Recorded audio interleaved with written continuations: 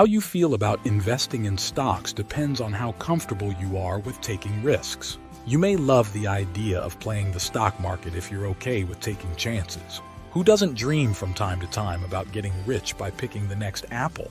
But if caution is more your style, investing in stocks may feel like throwing your money into a Vegas slot machine.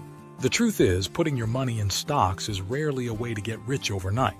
But it's also unlikely to leave you broke if you take the smart approach. In fact, investing in stocks is the way that most people are able to build a nest egg and retire someday. Stick with us for a few minutes and we'll show you how to invest in stocks the right way. You'll learn how you can achieve your goals without putting your savings at risk. What is a stock and how do stocks make money? When you buy stock in a company, you become the owner of a tiny fraction of it. Each unit you own is called a share. If the company is successful and makes money, you make money too. There are actually two ways your stocks make money. 1. The value of your shares goes up. If other investors think the company will be profitable, share prices will rise. 1. You'll then be able to sell your shares for a profit. 2. The stock pays a dividend. Some, but not all, corporations pass a portion of their profits on to shareholders by paying dividends. 2. You're more likely to get dividends if you invest in a large, established company than a smaller one with big growth potential that needs to reinvest its profits. When you invest in stocks, you also take on a risk. If the company doesn't do well, you could lose money. And if you own stock in a company that declares bankruptcy, your shares will probably become worthless, even if the company doesn't close altogether. That's because during bankruptcy, shareholders get paid only after creditors and bondholders have been paid in full. What are the best stocks for beginners to buy? There are several ways to invest in the stock market. Here are some options for beginning investors if you're looking to start investing in stocks. Individual stocks. Investing can be a challenge for beginners when you try to pick your own stocks. Picking individual stocks is tricky, even for seasoned investors. One mistake beginning investors make: they pick stocks based on what's making headlines. By the time ordinary people hear that a company's stock looks promising, the price has already surged. So you've missed out on the big growth. Then they panic when the news is bad and sell when prices are low. If you're determined to pick your own stocks, it's essential to invest in a diversified portfolio. Many investors recommend never having more than 5% of your portfolio invested in a single company. That means you'd need to own stock in at least 20 companies across various industries. If that sounds overly complicated and expensive, as it is for most beginning investors, there's an easier way to invest in stocks: mutual funds. When you buy a mutual fund, you're buying tiny fractions of lots of companies that are bundled together as a single investment. Some mutual funds are index funds, which means they're made up of the companies represented on a stock index like the S&P 500 and aim to perform at the same level of the index or better. But the majority of mutual funds are actively managed, which means a human picks the investments and attempts to outperform the overall stock market. The upside is that investing in a mutual fund is a lot less risky than investing in individual stocks because you get diversification. The downside is that mutual funds have fees, which are higher if they're actively managed and require an upfront investment of $1,000 or more. Buying a mutual fund works differently than buying stocks. Stocks are traded on stock exchanges, but you can't buy a mutual fund on the stock market. You buy it directly from the mutual fund company, and you can only buy and sell your mutual fund shares at the end of the trading day. Exchange-traded funds, ETFs. Exchange-traded funds, or ETFs, are a lot like mutual funds in that they package together many investments and give you diversification. But most ETFs are passively managed index funds. Only a handful are actively managed. That passive management style results in lower fees. Another advantage: human managers usually don't beat the market in the long run, so you'll often get better results over time by going with an ETF that tracks the overall stock market. Unlike mutual funds, ETF shares are traded on stock exchanges throughout the trading day, just like regular stocks. There's no upfront cost to buy one beyond the cost of a single share. Because of the low fees, ease of buying and selling, and instant diversification, ETFs are often a great choice for beginning investors. How to invest in stocks with little money.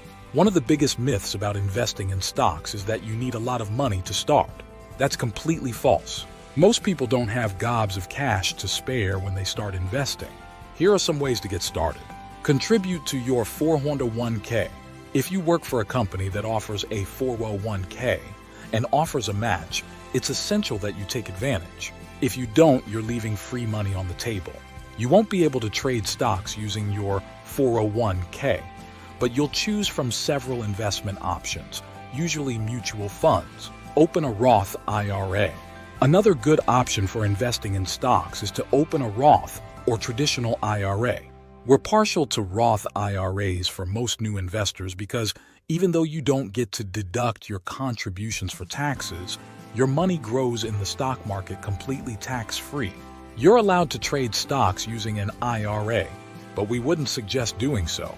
You don't want to gamble with your retirement funds. A better option is to use a robo-advisor, which basically means your investments will be selected using a computer algorithm that considers your age, goals, and risk tolerance. Usually, when you're a beginning investor, they'll allocate most of your portfolio to stocks and use a small percentage to invest in bonds, which are generally a safer investment than stocks but lack the potential for big growth. As you get older, you'll allocate an increasing percentage to bonds and a lower percentage towards stocks.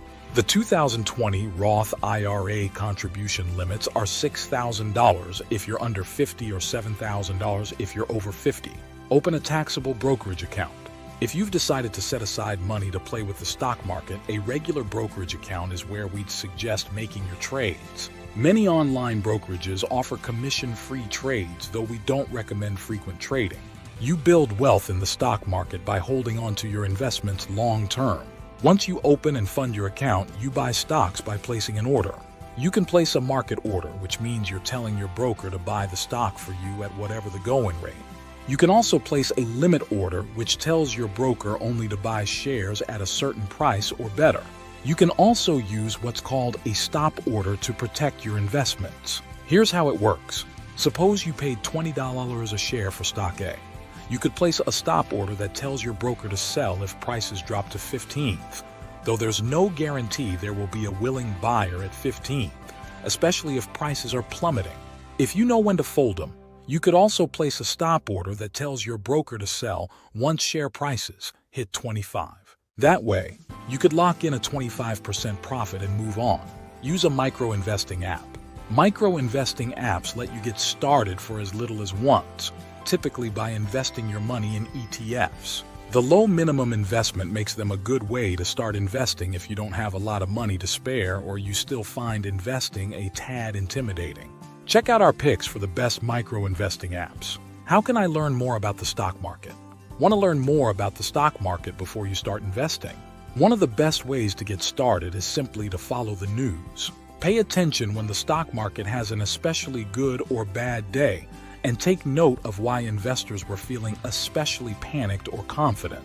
But keep in mind, the stock market's performance doesn't reflect how the overall economy is doing. You can also keep track of individual stocks you're interested in. One good resource is Yahoo Finance. When a stock you're following goes up or down, read up on why. While you're at it, read up on the basics of investing by checking out our picks for the best investing books. If you want to get practice trading stocks without putting actual money on the line, test the waters with a stock simulator. You can create a mock portfolio of stocks you want to invest in and trade in real time. Two options we like are How the Market Works and Wall Street Survivor. Even the best investors never stop learning how to invest in stocks. Commit yourself to learning more about the stock market in the long term, even if you only have a few minutes to spend each week.